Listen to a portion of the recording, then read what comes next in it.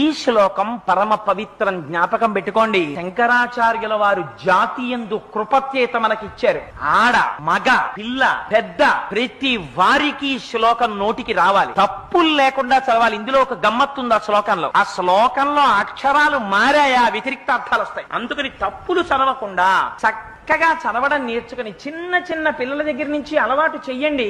స్నానం చెయ్యగానే ఒక్కసారి అమ్మవారి దగ్గరికి వెళ్ళి ఆ కట్టుకున్న తువ్వాలతోటో అందులో బాలల భక్తికి అమ్మవారు పొంగిపోతుంది. కూర్చుని అమ్మా చరజ్యోత్స్నా సుక్తాం శశియుత జటాజూట మకుటాం వరత్రా సత్రాన స్ఫటిక ఘుటికా పుస్తకరాం సకృన్నత్వా కథమివ సతాం సన్నిదదతే మధుక్షీరద్రాక్షా మధురి మధురీణా ఫణితయః అని రోజు అది చదవడం నేర్పండి. మీరు 1,00,00,000 రూపాయలు ఇచ్చినప్పుడు మీ మనవణ్ణి రక్షించుకున్న కన్నా ఈ ఒక్క శ్లోకాన్ని మీ మనవడికి మీరు నేర్పారా, వాడి జీవితాన్నంతటిని మీరు రక్షిస్తారు.